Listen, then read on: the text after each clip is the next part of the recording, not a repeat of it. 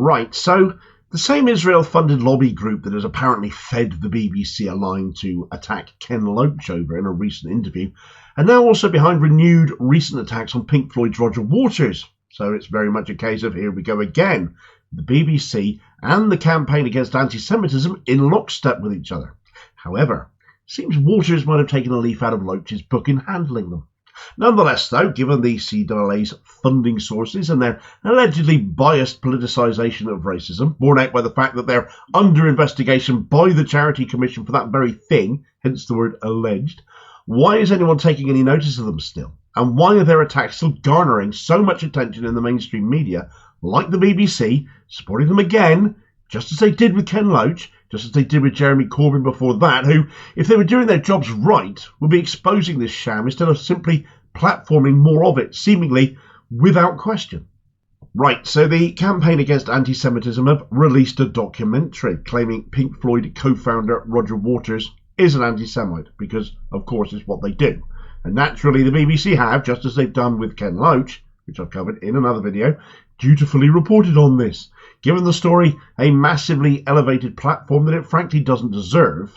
And at this point, with both Roger Waters and Ken Loach in the frame for the same form of racism and accused by the same apparent charity, I have to wonder what the BBC itself is getting out of this. Or is the weaponisation of anti-Semitism slurs still such a rating winner that who cares if the source is decidedly dubious, and when the slightest bit of cursory investigation, even by a former welder like me with no particular journalistic training, can show it up to be an epic-sized can of balls in around 10 minutes, what does that say about them?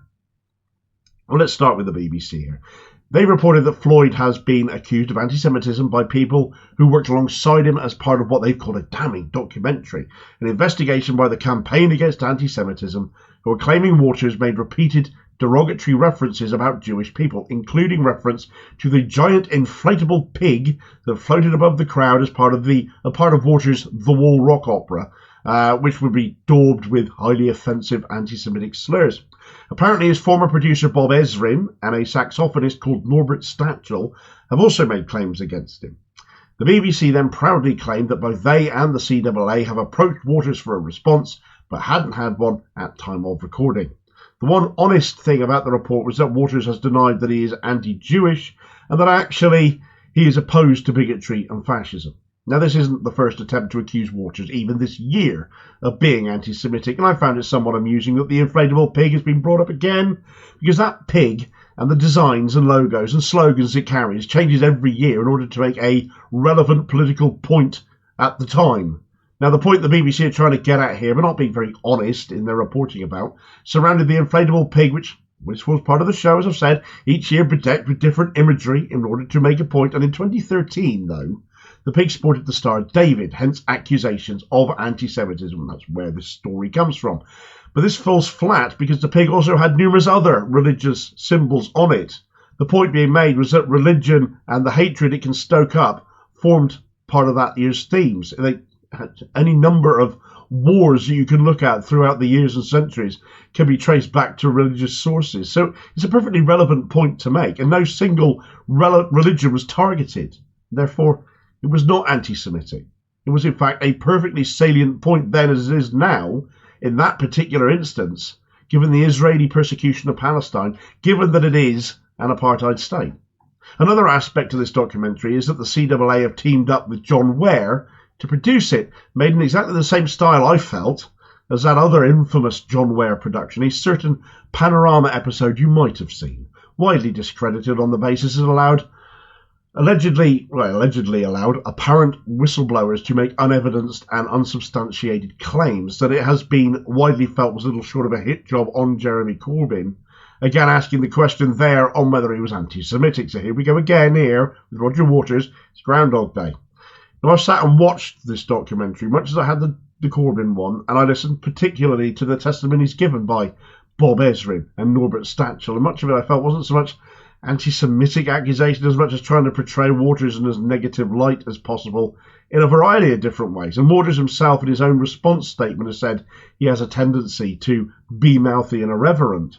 One thing I picked up on regarding Ezrin, though, is the list of other acts he has worked with, this massively famous music producer, which included the band Kiss as another example. Now, Kiss infamously have a certain member, a chap called Gene Simmons, who I'm sure many of you will have heard of, who has in the past made decidedly Islamophobic comments. So much so it ended up embarrassing Tory-turned-Labour MP Christian Wakeford, who posed with him earlier this year on a parliamentary visit, bragged, posting this photo of him stood with Gene Simmons and then apologetically removing it later on. Racism is racism, right? We challenge it all equally, right? Is that not what we're supposed to all do to tackle it? Is it not?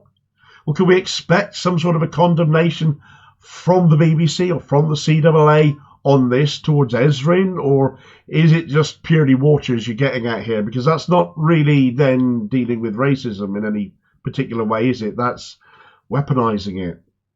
Perhaps he did. Perhaps it just didn't make the CAA final cut. Let's be charitable. Let's just say, well, I can't prove it otherwise, and I can't say one way or the other, can I? I need to cover myself with this video. Let's just say, well, we didn't see it.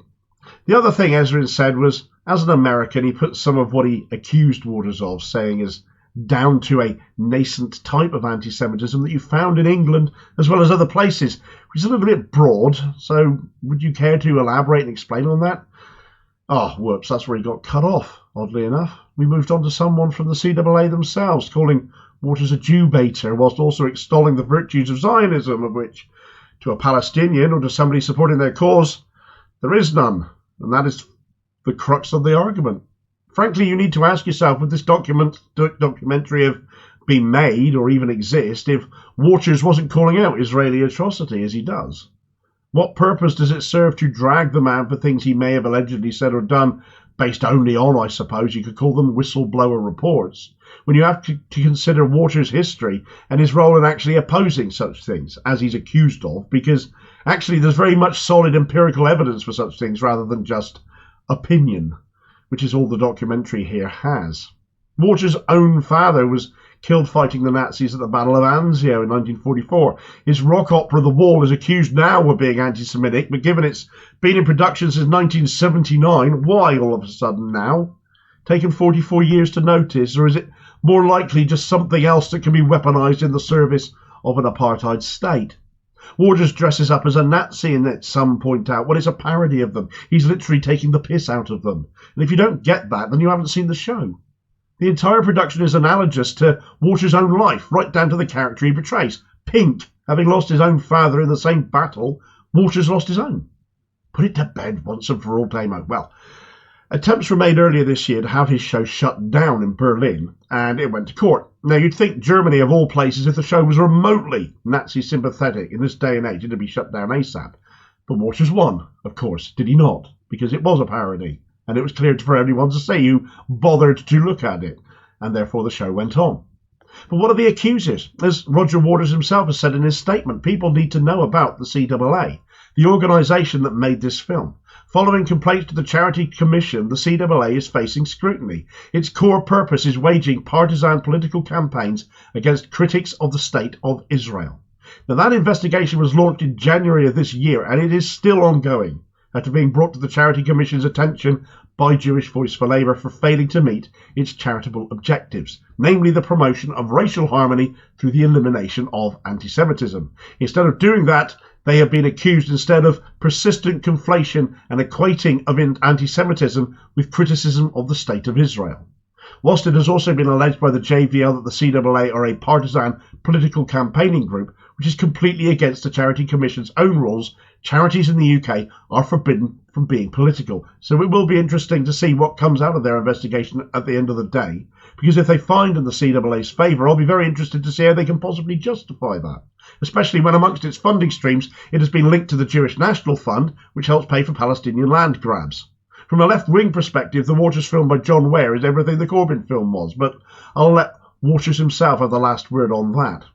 The film totally distorts and misrepresents my views about the Israeli state and its political ideology, Zionism. It relies on a definition of anti-Semitism that sees criticising Israel as inherently anti-Semitic and assumes that Zionism is an essential element in Jewish identity.